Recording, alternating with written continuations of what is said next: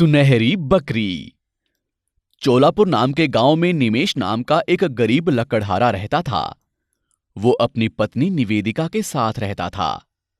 वो बहुत ही मेहनती और ईमानदार था। एक दिन निमेश हर दिन की तरह लकड़ियां काटने जंगल जाता है। वो लकड़ियां काट ही रहा था कि उसे अचानक किसी बकरी की दर्द भरी आवाज सुनाई देती है। वो इधर उधर ढूंढने लगता है, पर उसे कुछ भी दिखाई नहीं देता है। वो फिर से लकड़ियां काटने में लग जाता है। फिर उसे आवाज आती है। वो लकड़ियां काटना रोक देता है और थोड़ा आगे जाकर देखता है कि तभी उसकी नजर एक सुनहरी बकरी पर पड़ती है। वो एक जाल में फंसी हुई थी। निमेश उसके पास जाता है। अरे दोस्त, मेरी मदद करो। तुम देखने से भले इंसान लगते हो। देखो, मेरी मदद करो। मैं एक जादुई बकरी हूँ।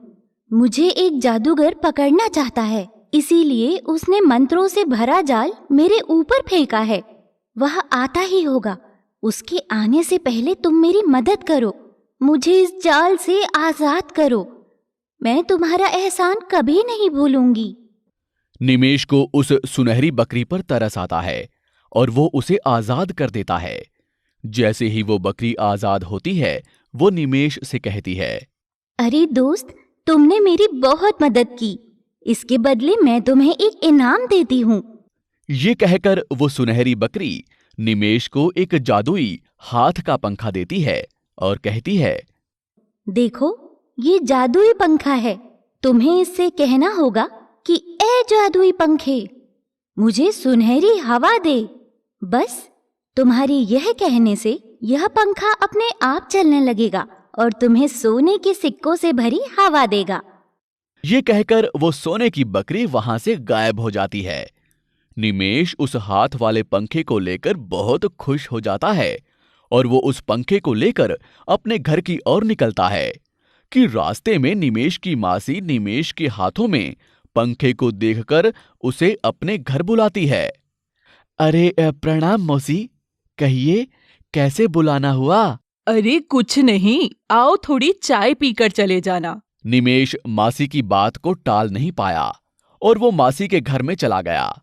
मासी ने निमेश के हाथ में पंखा देखा और कहा, अरे यह क्या पंखा लेकर घूम रहे हो? निमेश सारी बात अपनी मासी को बता देता है। ये सुनकर मासी कहती है, अच्छा ठीक है, बैठो, मैं तुम्हारे लिए चाय लाती हूँ। मासी निमेश की चाय में नींद की गोली मिला देती है, जिसे पीकर निमेश सो जाता है और मासी उस जादुई पंखे को अपने साधारण पंखे से बदल देती है। इधर निमेश की दवाई का असर खत्म होता है और वो नींद से जागकर अपना पंखा लेकर घर आ जाता है और वो सारी बात अपनी बीवी को बताता है और उस जादुई पंखे से कहता है, ऐ जादुई हाथ के पंखे, मेरे ऊपर सोने के सिक्कों की हवा बरसा। वो तो साधारण सा पंखा था, उसमें से कुछ भी नहीं आता। ये देख निमेश उदास हो जाता है। तब उसकी बीवी उससे कहती है, अरे आप परेशान मत हो, अगर वो सुनहरी बकरी फिर से दिखाई दे तो उसे पूछ लेना। अगले दिन निमेश फिर से जंगल जाता है और वो सुनहरी बकरी को आवाज देता है। निमेश की आवाज सुनकर वो सुनहरी बकरी निमेश के पास आती है। अरे दोस्त, तुम कहो कैसे याद किया? निमेश सारी बात बकरी को बताता है। इस बार बकरी उसे एक पतीला देती है और कहती है, ये लो, ये एक जादुई पतीला है। इसमें तुम जो खाने की चीज मांगोगे वह मिल जाएगी। निमेश खुश होकर पतीला लेकर अपने घर की ओर निकलता है।